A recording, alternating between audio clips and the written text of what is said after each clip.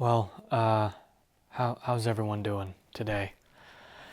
Got the sun out on this beautiful July summer day. Don't know what day it is. It's either the 11th or the 12th. I don't know. Oh, man. Well, I kind of wanted to talk about coffee table books and just how fun they are and how I don't see a lot of them around. Maybe I'll see them at coffee shops if they have a coffee table. Maybe I'll see them at a friend's house, but a lot of the times I don't see coffee table books. I think what I like about coffee table books, take a sip of your coffee every time I say coffee table book. Actually, I'm going to take a sip of my coffee. Man, that's not bad. It's pretty good. I think coffee table books are really cool in that wherever you are, they kind of they show the interest or a little piece of that person that you're visiting. Like if you go to a friend's house and they have coffee table books, a couple, and you can flip through them and you kind of learn a little bit about them, a little bit about your friends. And I think if you have coffee table books at your house, you can share a little bit about yourself and some of your interests to your guests. And you know, when everyone's in the living room with their little hors d'oeuvres and glasses of wine or coffee, they can flip through some books, and maybe that strikes up conversation. I think that's pretty cool. We don't have too many coffee table books. I kind of wanted to share a few of mine. First, we will start with Byways by Roger A. Deakins, the man, the myth, the legend. If you are a cinephile or a movie buff, you'll recognize that name right away. This is a book of some of his film photography. And my wife is a photographer. She loves photography, and I just thought maybe this would be a nice book to have. I'm a huge Roger Deakins fan. One of my favorite films of all time is Sicario, and he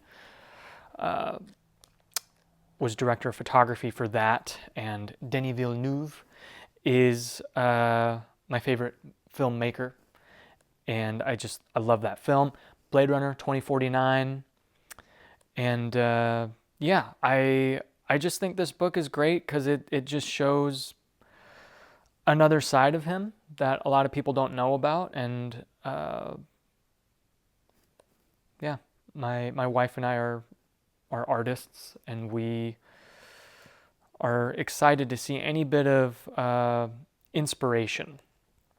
So flipping through a thing of photos by a legend is always inspiring for when we take photos or do film work. Byways. This coffee table book is about coffee. And this was on our wedding registry. And yeah, it's nice. You know, there's photos, there's a lot of words, but for those that are interested in coffee or those who don't know too much about coffee, when they come over, they can flip through this and learn a little bit about how to pick good coffee beans, coffee accessories, ways to grind and brew coffee. It's neat. Also, another legend, James Hoffmann. Really nice. And just the sheen and the hardcover aspect, the size. It's nice. And then we've got, this is probably not surprising at all if you know me, Dune. Greg Fraser, Josh Brolin. One of my favorite films from this year, Dune Part 2, but also Dune Part 1, a couple years back. The master himself, Denis Villeneuve. This book came out when Part 2 released. And yeah, Greg Fraser and Josh Brolin kind of did a little project together. And they did some film photography on set. And Josh Brolin added a lot of his poetry in the midst of these photographs. And it's clean, it's crisp, it shows a little bit behind the scenes of, Dune Part 1 and Part 2. And again, it's inspiring when you see photography, at least for me and my wife. And it gives me reasons to talk to my friends and guests about one of my favorite filmmakers and one of my favorite films.